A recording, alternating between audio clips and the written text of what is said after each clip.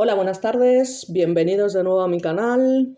En este caso no puedo decir que lo prometido es deuda porque no llegué a concretar qué caso iba a tratar, no lo tenía muy claro en mi siguiente vídeo, ¿vale? Pero bueno, para hacer una combinación un poco de vídeos de la Crónica Negra, pues junto a otros temas de interés, para mí por lo menos, que pueden ser pues como el caso de Ayrton Senna o el caso de músicos y demás, y sus muertes.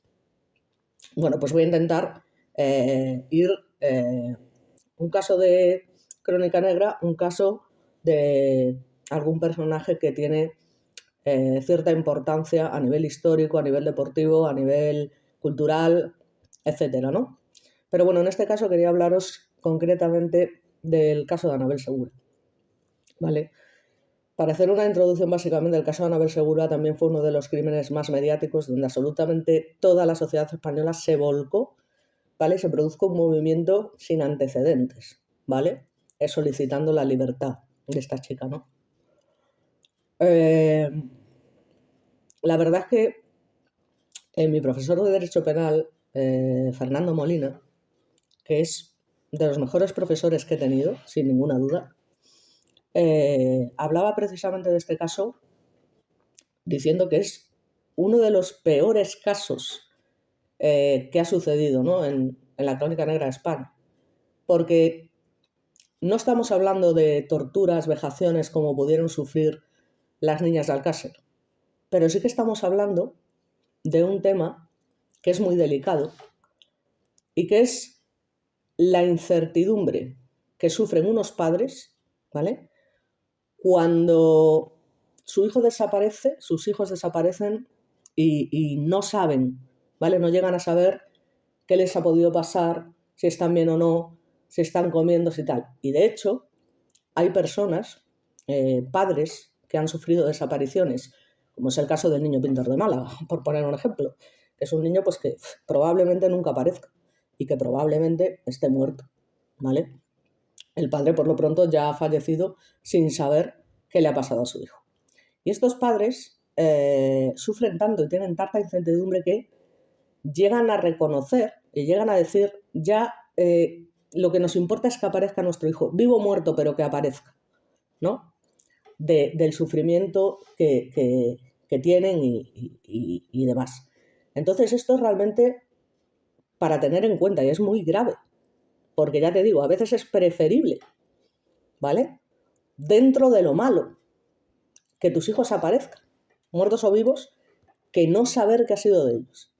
Y que puedas llegar a morir sin saber qué le ha pasado a tu hijo y demás. Ya os digo que hay muchísimos ejemplos de gente, que no es que lo diga yo, que ha sufrido este tipo de, pues eso, de desapariciones y que ya es cuestión de, mira, seguramente esté muerto, que aparezca. O sea como sea, porque lo único que queremos es, pues eso, poder llevar a cabo nuestro duelo, poder tener una certeza de qué es lo que le ha pasado y al final es lógico, ¿no? Por eso el caso de Anabel Segura, bueno, pues es uno de los peores, ¿vale? En ese sentido, ¿no? De la incertidumbre que pueden llegar a sentir unos padres. Entonces, bueno, entrando en el caso como tal, bueno, pues todo el mundo sabe que Anabel Segura era una chica de un barrio de La Moraleja, en Alcobendas, que todo el mundo sabe que era un barrio, bueno, de gente adinerada, ¿vale? Que bueno, pues que lógicamente tenían un nivel de vida pues superior al resto de los al resto de la gente, ¿vale? Esto no quiere decir que todos fueran multimillonarios, ni muchísimo menos, simplemente pues que tenían pues más dinero del que podía tener cualquier otro español de a pie, ¿vale? Entonces, lo curioso de este caso es que dos tontos a las tres, y además esto es lo que más da impotencia, ¿no? en este caso, porque ya te digo, dos tíos que tienen o tenían, bueno, porque uno de ellos está fallecido y el otro lamentablemente ha salido a la calle, salió a la calle por la doctrina Parot, que luego explicaré también lo que es la doctrina Parot, porque hay mucha gente que no termina de entenderlo y tal, lo que fue la doctrina Parot y el perjuicio que nos causó. O sea, eso fue una vergüenza. Pero bueno, a ver si me acuerdo después de comentaros exactamente en qué consiste. El tema es que dos personajes del 3 al 4, ¿vale? Que ya te digo, tenían una inteligencia de varios grados bajo cero, concretamente Emilio Muñoz Guadix, ¿vale? Que era un transportista de 38 años, estaba casado, tenía 4 hijos y demás, convence a su amigo, ¿vale? Cándido Ortiz Ahón, que era un fontanero de 35 años, también casado y con 2 hijos, para, bueno, realizar un secuestro en un barrio acomodado como podía ser La Moraleja en ese momento, ¿vale? Eran personas comunes y ya os digo, tontos retrasados, o sea, total. De hecho, es que la idea que se les pasa por la cabeza para ellos es algo tan simple como, bueno, pues mira, nos pasamos por un barrio donde haya gente de pasta, secuestramos a alguien, a una chica y tal, pedimos una recompensa porque esta gente tenía problemas económicos. Dice, pedimos un rescate y tal, y ala, y a vivir, ¿vale? O sea, fíjate qué ignorancia, qué nivel de... O sea, se pensaban que era tan sencillo como, ala, venga, secuestra a tu hija, te llamo y te digo, oye, mira, si quieres volver a ver a tu hija, me pagas tanto dinero. En este caso pidieron nada más y nada menos que 150 millones de pesetas de la época. O sea, que es que eso era una salvajada, una barbaridad de dinero, ¿vale? Lo que demuestra todavía más el nivel de ingenuidad y de estos tipos. O sea, increíble. Entonces, bueno, pues se piensan que ya te digo, bueno, tal, le damos el dinero y ala, nos vamos todos de rositas y a vivir. O sea, por favor, es que eso es una idea de bomberos. Te pongas como te pongas. O sea, es una idea que vamos, que no tiene ni pies ni cabeza. O sea, y que solo se le puede ocurrir pues a gente que ya te digo, pues no le da para más, ¿vale? No le da para más. Que esto es realmente lo más triste de este caso, ¿no? Al final.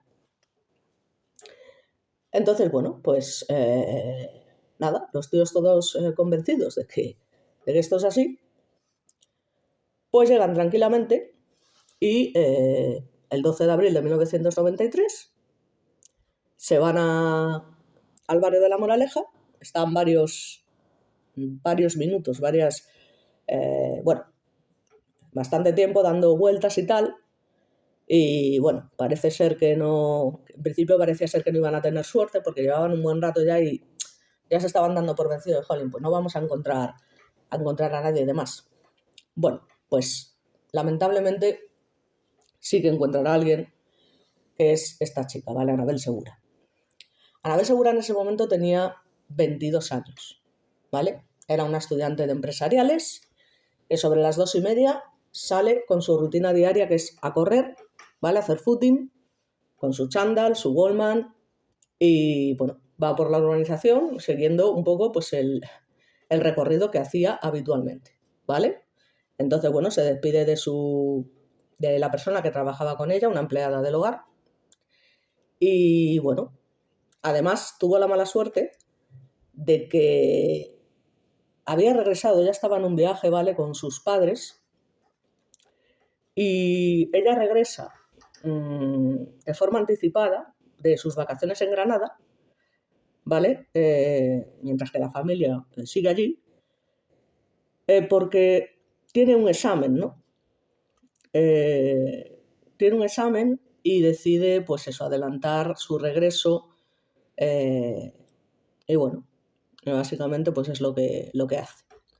Así que casualmente, y ya a última hora, estos dos energúmenos pues la ven y demás y dicen que está en la nuestra.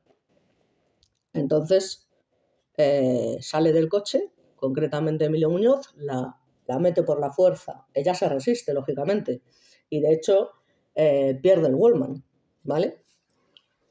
Se resiste y tal, pero claro, al final, pues un hombre siempre va a tener más fuerza que una mujer. Ya te digo, salvo que la mujer sea culturista, pero no es el caso. Entonces, bueno, pues coge y la meten en una furgoneta blanca y a partir de ahí, pues interrogan a la víctima ¿vale? Y, oye, mira, y tu padre y tal, y tus padres y tal, ¿dónde están? ¿Cómo podemos contactar con ellos? ¿Tienen dinero, tal? Entonces, bueno, ella les dice que efectivamente que sí, que sus padres tienen dinero, pero que no se encontraban en ese momento en Madrid, ¿vale? Entonces, claro, en ese momento, los dos tontos a las tres estos, claro, se quedan un poco nerviosos por el imprevisto y porque además no tenían nada planeado, o sea, ya te digo, o sea, se pensaban que era tan sencillo como coger a alguien y cobrar. Entonces, ¿qué pasa? Que tampoco tenían ningún lugar donde podían mantenerla retenida, ¿vale? Porque no la habían ni pensado, ¿vale? Entonces no sabían dónde meterla durante varios días hasta que pudiesen contactar con los padres y demás y pedir el correspondiente rescate. Entonces, ¿qué pasa? Que como no consiguen ponerse en contacto con los padres de la chica, bueno, pues empiezan a dar vueltas durante horas con el coche, pensando a ver si logramos contactar con los padres, a ver qué hacemos, y vueltas sin sentido con la furgoneta, bueno, que es una furgoneta blanca concretamente, ¿vale? Y bueno, pues finalmente ya al anochecer, ¿vale? Viendo que no era posible y demás, se van hacia Numancia de la Sagra, en Toledo, concretamente una fábrica que había abandonada de ladrillos y azulejos, y aunque Anabel trata de escapar, bueno, pues no la atan de pies y manos, y finalmente pues pensando, mira, nos ha visto la cara, no logramos contactar con los padres, no tenemos dónde dejarla, así que la única opción es matarla. Y se les pasa por la cabeza, o sea, es que es tan ridículo lo que pasó, o sea, tan duro, porque de verdad, o sea, que por la inutilidad suprema de dos tipejos del 3 al cuarto resultase una chica con una vida por delante, con un futuro prometedor, ¿vale? Porque una chica responsable, estudiosa, ¿vale? Tenga que morir a manos de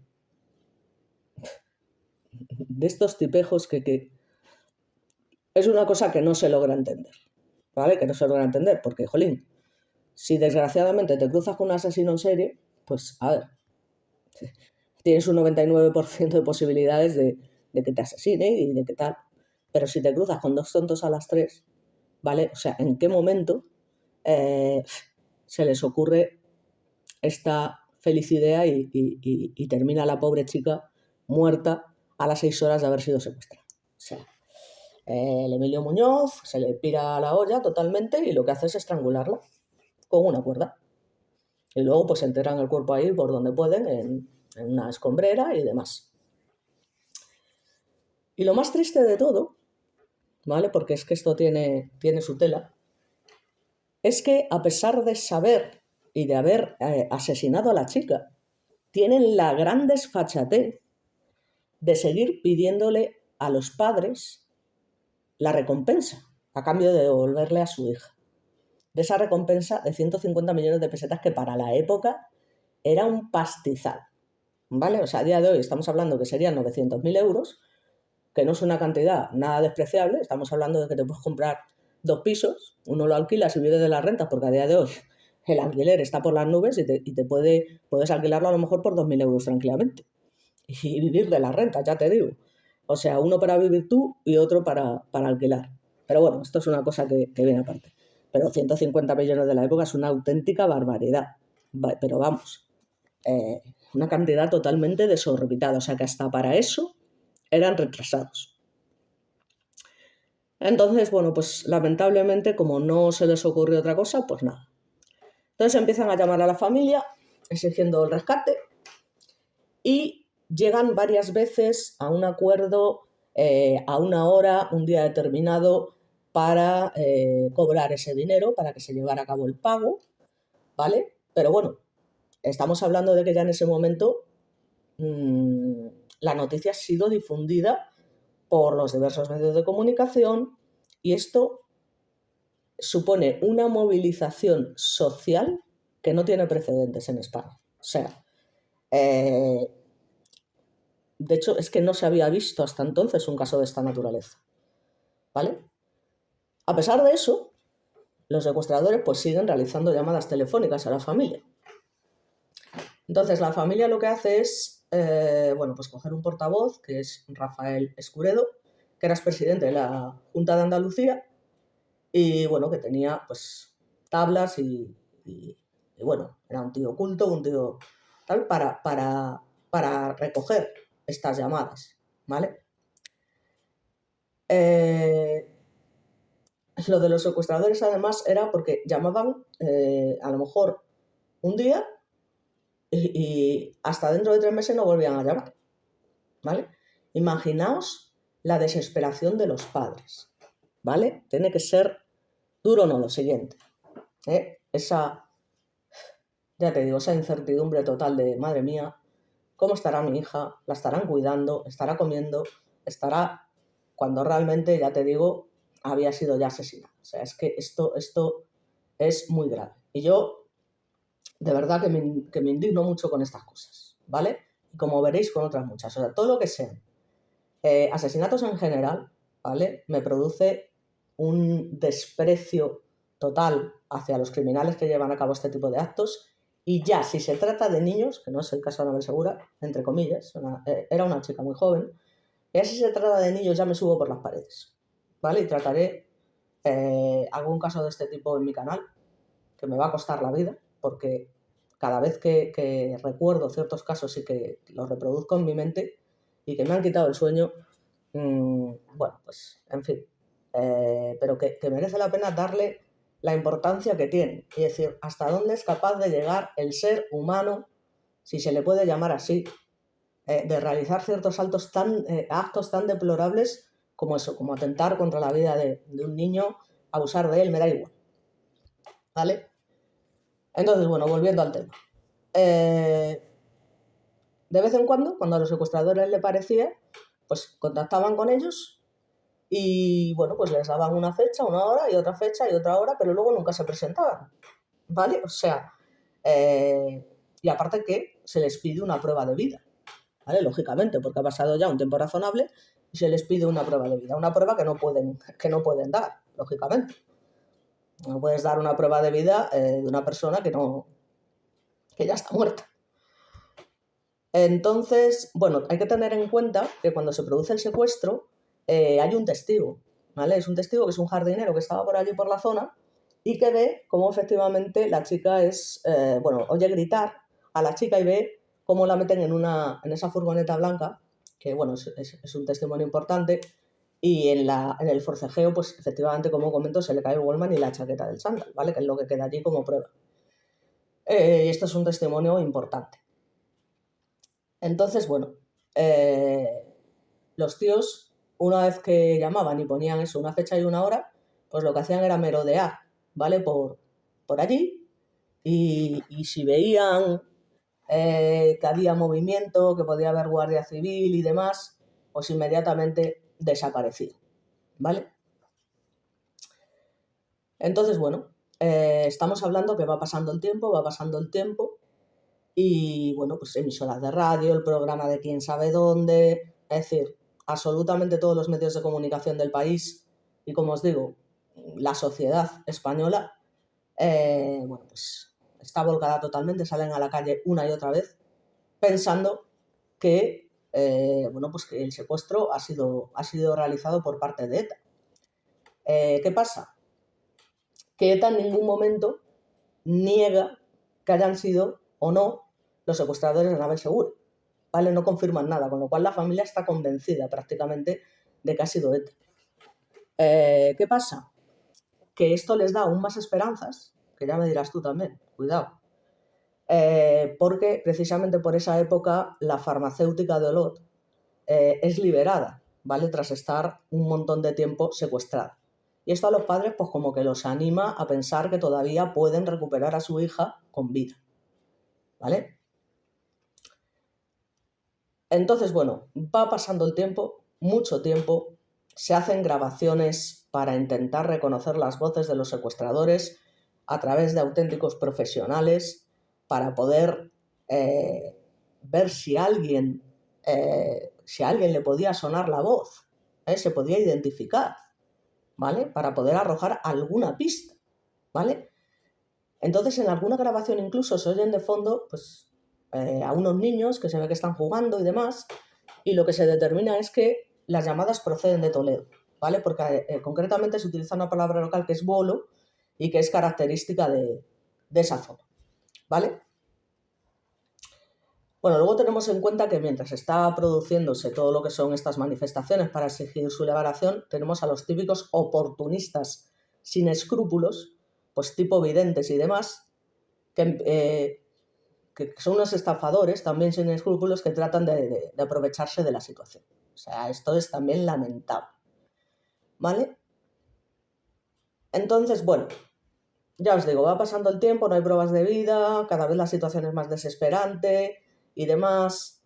Y bueno, llega un momento que, claro, como les estaban exigiendo constantemente una prueba de vida y ellos no hacían más que poner fechas y horas y luego no se presentaban y demás, pues se les ocurre otra vez la feliz idea, dentro de su capacidad intelectual nula, de coger a la mujer de Emilio Muñoz para que se hiciera pasar por Anabel Segura, ¿vale? En una cinta que, en fin, papá, mamá, estoy bien, me están tratando bien, por favor, pagar no sé qué, bueno, en fin.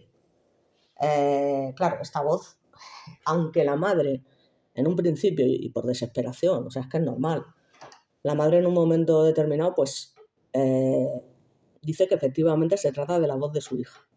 ¿Por qué? Pues porque lo necesitaba creerlo. O sea, necesitaba creerlo. Y aunque los demás, el padre y demás, están seguros de que no es la voz de su hija, porque, vamos a ver, estamos hablando de una señora que no tiene, ni siquiera sabía cuál era la voz de Anabel Segura como para poder imitarla, y para eso tendría que ser un Carlos Latre de la vida, ¿vale? Esto, o sea, quiero decir, que estamos hablando de una cosa cutre, no, lo siguiente. Entonces, bueno, pues respecto a esta llamada, lógicamente, bueno, pues hay dudas más que razonables de que no se trata de Anabel Segura, ¿vale? Lógicamente no podría tratarse de Anabel Segura. Entonces, bueno, pues a partir de aquí siguen sin llegar al fondo de la cuestión, saben que la llamada procede de Toledo por esto que os comento y, bueno, la cinta que graba Felisa García, que es la esposa de Emilio Muñoz, se emite el 20 de enero del año 94, ¿vale? En varias emisoras, como os comento. Entonces, bueno, el análisis de la cinta arroja una pista, por eso que os comento, y, bueno, sigue la sociedad manifestándose de una manera que no se había visto antes, como os comento, para que liberen a la chica. Entonces, bueno, aquí vemos, ¿vale? Una imagen donde se ve todas las llamadas que son realizadas por los secuestradores, ¿vale? Que son las que realmente son analizadas por profesionales y demás para ver si pueden llegar a la conclusión de quién ha sido en este caso el que ha realizado las llamadas y demás por un estudio de la voz y porque ha sido publicado y demás. O sea, eso es así. Hasta que efectivamente en una de las grabaciones parece ser que alguien reconoce la voz de este energúmeno, Emilio Muñoz en particular, y bueno, pues hace una llamada, pero estamos hablando de cuando habían pasado 2 años y 5 meses desde la desaparición de la chica. O sea que tiene tela lo que tuvieron que pasar esos padres durante esos años que se debieron de hacer interminables. O sea, una auténtica barbaridad. ¿Vale? Se recibe, como os comento, una llamada. Y en esta llamada, como os comento, que hace concretamente un oyente en junio del año 95, que reconoce la voz porque es de un repartidor con el que acaba de estar, casualmente. Y además todo coincidía. Era de Toledo, su empresa había realizado trabajos en La Moraleja cerca del punto que habían elegido para el pago, ¿vale? En Guadalajara y demás. Y bueno, que vivía un hermano suyo, que estaba casado y tenía hijos y demás. Y el 28 de septiembre fue detenido, ¿vale? Y confesó de inmediato, ¿vale? Incluyendo dónde se encontraba el cadáver, en esa fábrica de ladrillos abandonada en Numancia de la Sagra, ¿vale? Entonces, a partir de aquí, son detenidos tanto Emilio Muñoz como su amigo Cándido y también Felisa, ¿vale? Por encubrimiento, ¿vale? Entonces, bueno, pues a partir de aquí, como digo, se produce el juicio. Es un juicio muy mediático también. Es un juicio muy mediático por eso, porque precisamente había sido un caso que había tenido una repercusión sin antecedentes. Aquí, por ejemplo, podemos ver una foto, ¿no?, de las manifestaciones que se llevaron a cabo pidiendo esa libertad para Anabel y donde además, ya te digo, que se volcó gran parte de la sociedad española. Una vez que se produce el juicio, con la confesión del autor principal, Emilio Muñoz, pues bueno, ya poco queda que hacer, esperar a las sentencias. Y en este caso, bueno, pues Felisa es concretamente condenada a 2 años y 4 meses, como comento, por encubrimiento. Previamente en el juicio anterior, ¿vale? Porque el Tribunal Supremo siempre pues, se hace para intentar, pues ya te digo, reducir la pena si hay alguna posibilidad. Entonces, en el primer juicio,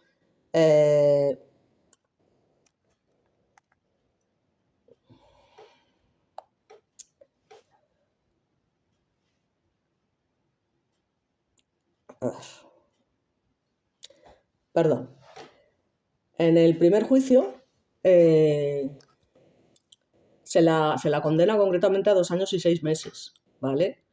Esto hecho por la audiencia. Aunque ella alega que, bueno, pues que ha actuado así porque tenía un miedo insuperable a su marido, ¿vale? Y ellos son condenados en el año 99 a 43 años de prisión, cada uno de ellos respectivamente.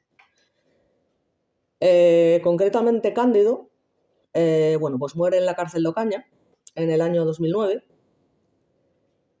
pero el sinvergüenza de Emilio Muñoz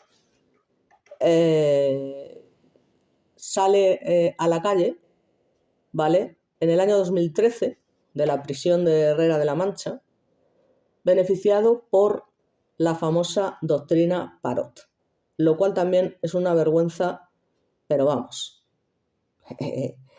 O sea, lo de la doctrina Parot fue, vamos, una de las mayores vergüenzas del sistema judicial y de la jurisprudencia, pero a todos los niveles. Por eso ahora os contaré un poco en qué consistía la doctrina Parot. Pero antes de eso, os voy a poner una foto de estos sinvergüenzas, porque creo que está bien que recordemos los caretos de estos energúmenos y demás. Y que lo tengamos en cuenta, incluso una foto a día de hoy de Emilio Muñoz, ¿vale? Para que veáis la cara que tiene a día de hoy. Bueno, pues aquí, como podéis observar, tenemos una foto de los culpables. Concretamente, el que sale con las gafas de sol es Emilio Muñoz, el que se encuentra en el medio es Cándido, y Felisa pues es la mujer que se hace pasar por Anabel Segura y que es mujer de Emilio Muñoz, y bueno, la que dice que ha actuado por un miedo insuperable a su marido. No obstante, cuando llegan al Tribunal Supremo, la condena es ratificada, con lo cual, bueno, pues dio exactamente igual lo que pudiera manifestar, ¿vale? La investigación concluye que Anabel fue asesinada sobre las 9:30, el mismo día de su secuestro, de su desaparición, con lo cual solo permanece viva 6 horas y media, ¿vale? En fin, un caso triste, ¿no? Lo siguiente. Es increíble cómo... Y además es que la dificultad de estos casos precisamente es que sean 2 tontos a las 3 los que realizan el secuestro, ¿vale? Porque a veces lo más increíble pues es lo más difícil de llegar a la verdad, ¿no? Porque ¿quién se va a pensar que unos personajes de este tipo iban a ser capaces de realizar un acto así? Pues nadie. o sea, a nadie. Pero bueno, lamentablemente así es la vida. Por eso digo que nunca hay que subestimar a nadie. Y que eso de pensar que, sé qué, Minundis y tal, es que cualquiera, porque ellos no eran asesinos. Entonces, no podemos decir, no, mira, es que has caído en manos de unos psicópatas de manual. No. Estos eran dos hombres que lo único que pasaba es que eran cortos de narices. Y bueno, como eran cortos de narices, pues llevaron a cabo un acto tan deleznable como este. Y no hay más, o sea, no hay más. Bueno, pues imaginaos, pues lo que tuvieron que pasar estos padres, como os comento, para al final tener que descubrir que su hija había sido asesinada, ¿no? Desde el primer momento. Tiene que ser muy, muy duro, muy duro. Y bueno, básicamente eso es lo principal.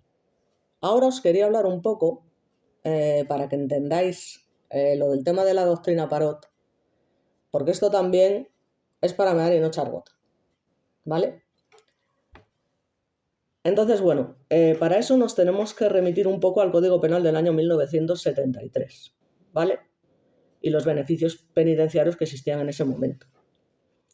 Principalmente el artículo 25 de la Constitución dice que las penas van a estar orientadas siempre a la reinserción social del condenado, ¿vale? O sea, que no es como un castigo, no se tiene que concebir como un castigo, sino como un remedio para curar a un prisionero, a un criminal, ¿vale? Lo cual a día de hoy es totalmente absurdo todavía, teniendo en cuenta que está demostrado que psicópatas, pederastas, violadores son personas que no se van a reinsertar en la vida, ¿vale? Y además ni falta que hace. O sea, esa gente tiene que estar encerrada de por vida, ¿vale? De por vida. Entonces, bueno, se trata de eso, de devolverlos a la sociedad y demás. Y bueno, pues todavía tenemos vigente la legislación penitenciaria que se había heredado en la etapa franquista, así de claro. Entonces, el Código Penal anterior a la democracia es el año 1973 y que estuvo vigente hasta principios del 96, ¿vale? Y que creía totalmente en el tema de la reinserción. Entonces, ¿qué pasa? Que aquel código recogía que, según el artículo 70, que el límite máximo que se podría cumplir en prisión, ¿vale? Independientemente de la gravedad del delito, era de 30 años, ¿vale? O sea que, por ejemplo, una persona es condenada a 200 años de prisión, ¿vale? Según esto, se llama cadena perpetua como la copa de un pino. Pero bueno, también parece que en España eso de decir cadena perpetua es, madre mía, cadena perpetua, nos van a tachar de fascistas y demás. Y preferimos llamarlo a día de hoy prisión permanente revisable, o preferimos decir, como en el caso de Ricard o como en el caso del propio Henry Parot, ¿no? Que fue al final el que comenzó todo este movimiento de la doctrina Parot, que eran condenados a 4.700 años de cárcel. Ya me dirás lo absurdo que resulta esto. Miguel Ricard a 186 años para ser exactos, en fin. El caso es que, por ejemplo, eres condenado a 200 años de prisión, pero tú no puedes estar entre rejas, según ese código, más de 30 años, ¿vale? Y bueno, aparte el artículo 100 de este Código Penal decía que los presos tenían posibilidad de redimir sus penas si trabajaban, ¿vale? Si trabajaban, pues por cada 2 días de trabajo en prisión, reducía su pena en un día, ¿vale? Con lo cual, la conclusión es, por ejemplo, que si un condenado a 10 años de prisión está trabajando durante 4 años, su condena se ve reducida en 2 años, con lo cual solo va a cumplir 8, ¿vale? Este es el mejor ejemplo para entender la doctrina Parot, y así sucesivamente. 20 años, pues se le quitan 4. 30 años, pues se le quitan 6. Y así sucesivamente, ¿vale? Entonces, como podréis comprender, esto causó una sensación de desespero en la sociedad, ¿no? Porque estamos hablando que esta doctrina hizo que, los mayores criminales de la época, incluyendo a este personaje, Emilio Muñoz, a Miguel Ricard, ¿vale? Condenado por el asesinato de las niñas Alcácer, y 100 etarras, entre otros, salieran a la calle tan campantes, ¿vale?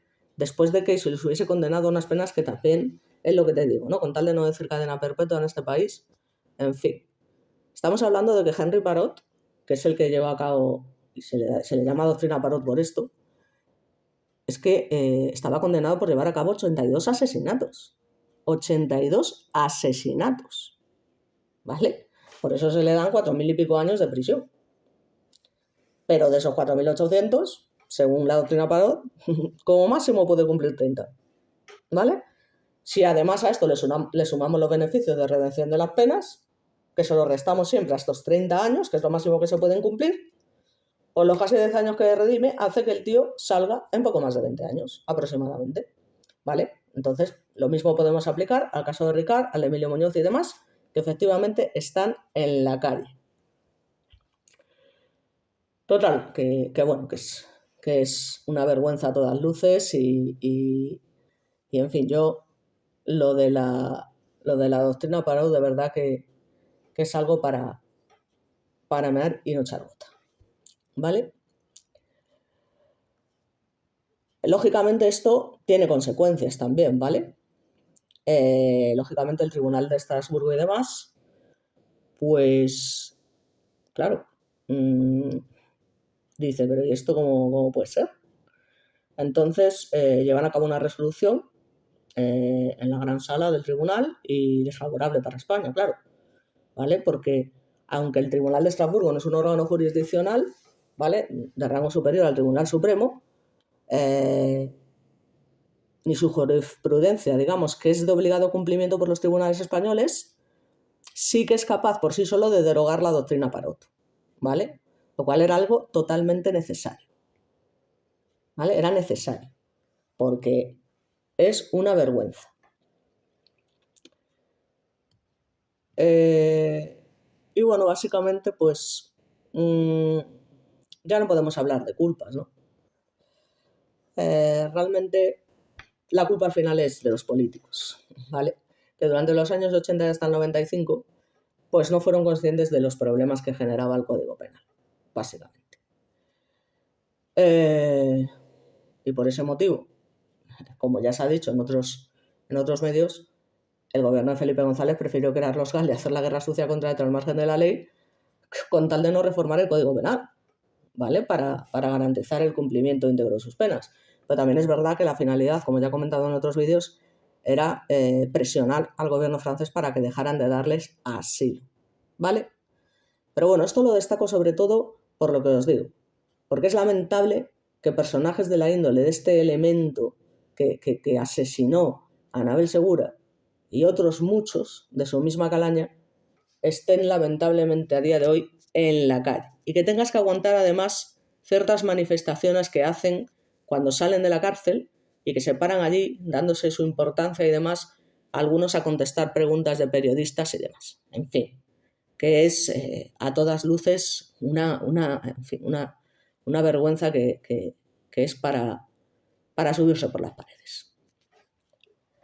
Bueno, como os había comentado, esta es la foto de Emilio Muñoz cuando sale de la cárcel, ¿vale? Y sí, hace la típica declaración que, bueno, que evidentemente se arrepiente, que pide perdón a los padres, en fin, como si eso fuera tan fácil después de cometer un acto tan atroz. Es de vergüenza total. Y bueno, ahora os voy a poner también una fotillo donde van a salir algunos de los beneficiados, o una lista donde van a salir algunos de los beneficiados por esta doctrina Parot, ¿vale? Algunos de ellos, ya te digo, criminales de primera fila. O sea, que no estamos hablando de cualquiera, de un ladrón de pan, ni nada por el estilo. O sea, estamos hablando de criminales de mucho nivel, de delitos muy, pero que muy graves, ¿vale? Por lo pronto, empezando por los etarras. O sea, que es que estamos hablando de un tío que comete 82 asesinatos, como Henry Parot, sale de la cárcel a los 20 años. O sea, en fin, ¿qué más se puede decir? Pues poco más, realmente. Así que bueno, os voy a buscar por último una fotillo, ¿vale? Más que nada para que veáis y os cuento un poco por encima los criminales que fueron beneficiados y básicamente cuáles han sido los delitos que cometieron. Y ya está, y con esto pues terminaría el vídeo, básicamente. Bueno, pues aquí tenemos una de las fotos donde se muestran a algunos de los criminales que fueron excarcelados por la doctrina Parot, donde podemos ver, entre otros, a Miguel Ricard. Pero, lógicamente, hay una gran lista de beneficiarios de esta, bueno, pues, de esta ley, ¿no? Absurdos, y que os voy a comentar más o menos ahora un poco por encima, ¿vale? Para que sepáis qué tipo de gente salió, aparte de un montón de terroristas, ¿vale? Pues tenemos, por ejemplo, a Pablo García Ribado, de 27 años, que era el conocido como el violador del Portal, condenado básicamente a 1.721 años de prisión, ¿vale? Porque había llevado a cabo 74 violaciones, ¿vale? 74 violaciones, y que terminó cumpliendo solo 17 años de cárcel. Tenemos por otro lado a Pedro Luis Gallego, ¿vale? El violador del ascensor. Aprovechaba su trabajo como reparador de lavadores para colarse en los edificios y violar a sus víctimas. Es condenado más o menos por una veintena de violaciones a lo largo y ancho de Castilla y León. Asesinó además a 2 jóvenes, una de 19 años y otra de 17, y fue condenado a 273 años, de los cuales solo cumple 21. En fin, lamentable. Otro delincuente importante, Pedro Antonio Seco, conocido como el asesino de Villarrobledo, que fue condenado a 90 años por asesinar a 3 vecinos de su pueblo y que solo ha pasado en la cárcel 16. Los expolicías Manuel Lorenzo y Jesús Vela, ¿vale? Que estaban condenados a 220 años de prisión por uno de los crímenes más brutales que se recuerdan. Bueno, por si no lo sabéis, secuestraron a toda una familia en Pontevedra para cobrar un rescate de 20 millones de pesetas, y antes de ir con el botín asesinaron al matrimonio, a una hija y a la empleada del hogar, ¿vale? Y por estas 4 muertes han estado en prisión tan solo 19 años. Vergonzoso no, lo siguiente. Otro caso, que es el que lógicamente ha generado mucha alarma social, es la del propio Miguel Ricard, uno de los asesinos de Alcácer, que es condenado a 186 años, como sabemos, por torturar, violar y matar a Miriam, Antonio y Desiré, y que finalmente cumple 21 años de condena. Lo cual, tanto para los padres como para el resto de la humanidad, es intolerable a todas luces. Pero bueno, es que hay muchísimos más. José Valentín Tejero, que violó y asesinó a una niña de 9 años, Olga Sangrador, y que fue condenado a 66 años de cárcel, ¿vale?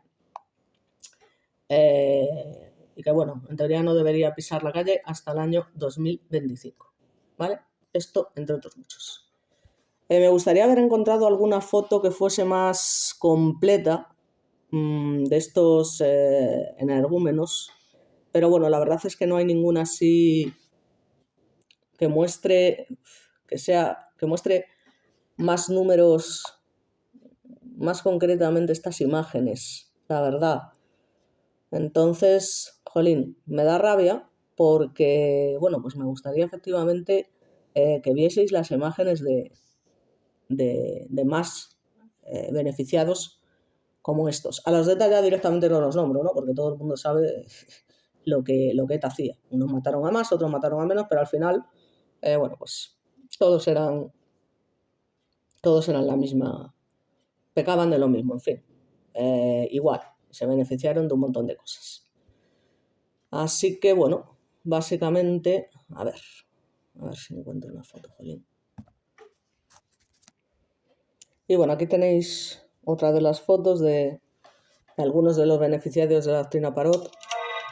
También hay que tener en cuenta, por ejemplo, un ejemplo y tal de una de las beneficiadas de esta doctrina, fue Joyes, que, como sabéis, bueno, fue una terrorista que posteriormente se arrepintió y salió de la banda terrorista, y que lógicamente era algo inconcebible en esos momentos que alguien se pudiera salir de la banda, y finalmente fue asesinada por sus propios compañeros cuando estaba el jefe de ETA, Paquito, en esta historia, ¿vale? Y bueno, realmente sería buscar fotos, pero al final es un poco para que pongáis cara a algunos de los personajes que fueron beneficiados por esta doctrina. Y básicamente eso, ¿vale? Que recordar que a veces pues hay casos que no hay por dónde cogerlos y que hay muchas más víctimas y muchas más cosas que nos parecen increíbles que puedan llegar a suceder, pero que lamentablemente la realidad siempre supera la ficción, siempre. Es una cosa que no falla. Y bueno, pues no falló en el caso de Anabel Segura, no falló en el caso de las niñas Alcácer, no falló en el caso de Marta del Castillo, no falló en el caso de Lucía Vivar, no falló en el caso de Samuel Luiz, no falló en el caso de... pues, a ver, no me vengo ahora mismo a la cabeza. Bueno, de otros casos que ya son muy graves, pero que hablamos de, bueno, por ejemplo, la niña Alba, que fue maltratada por el... digamos,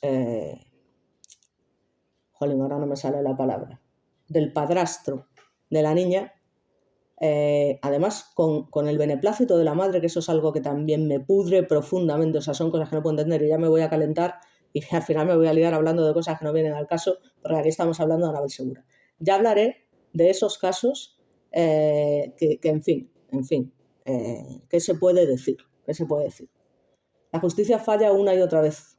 El sistema judicial a día de hoy y el Código Penal se tienen que seguir realizando reformas constantes porque hay cosas como, por ejemplo, la legítima defensa, que a día de hoy es vergonzoso que no se reforme la política de la legítima defensa. O sea, que se siga manteniendo que no puedes causar un daño superior al que tú tienes que adivinar que supuestamente van a realizar, por ejemplo, unos extraños que entran en tu casa, vete tú a saber con qué intención, y supuestamente para poder acogerme a la legítima defensa no les puedo causar un daño mayor al que supuestamente ellos me van a causar a mí, ni que fuésemos adivinos, ¿vale? O sea, entra un criminal en tu casa y aparte del miedo insuperable, sobre todo si tienes hijos, que tienes que tener, en fin, como pararse a pensar si vienen a robar, si vienen a asesinarte, si vienen a violarte, si vienen a lo que sea. Entonces es totalmente absurdo. O sea, que esto de la legítima defensa también es una cosa muy grave que tiene que cambiar, ¿vale? Y que se pueda causar el daño que sea necesario en el momento que tu vida corre un riesgo inminente, porque no sabemos con qué intención estas personas entran en nuestra casa o nos agreden en un portal o nos pegan una paliza y te defiendes con lo que pilles. Si tengo una sartén y le puedo dar un golpetazo con la sartén en la cabeza, se lo doy, ¿vale? Y si tengo que coger y liarme a tiros con dos tíos que entran en mi casa y me da igual que vengan a robar o no, pues lo hago. O sea, es que es obvio, ¿vale? Así que bueno, que termino ya, que me estoy enrollando mucho. Muchas gracias. Mi próximo vídeo, pues es que me lo estoy pensando bastante seriamente, pero probablemente sea sobre Kurt Cobain, ¿vale? Al que todo el mundo conoce como el que creó el movimiento grunge y bueno, todas las causas que al final lo llevaron a una muerte prematura con tan solo 27 años, ¿no? El famoso club de los 27. Entonces sí, definitivamente mi vídeo va a ser sobre Kurt Cobain, así que nada, cuando pueda lo haré y nada, agradeceros mucho a todos los que me seguís y aguantáis mis rollos y nada más, nos vemos en los bares.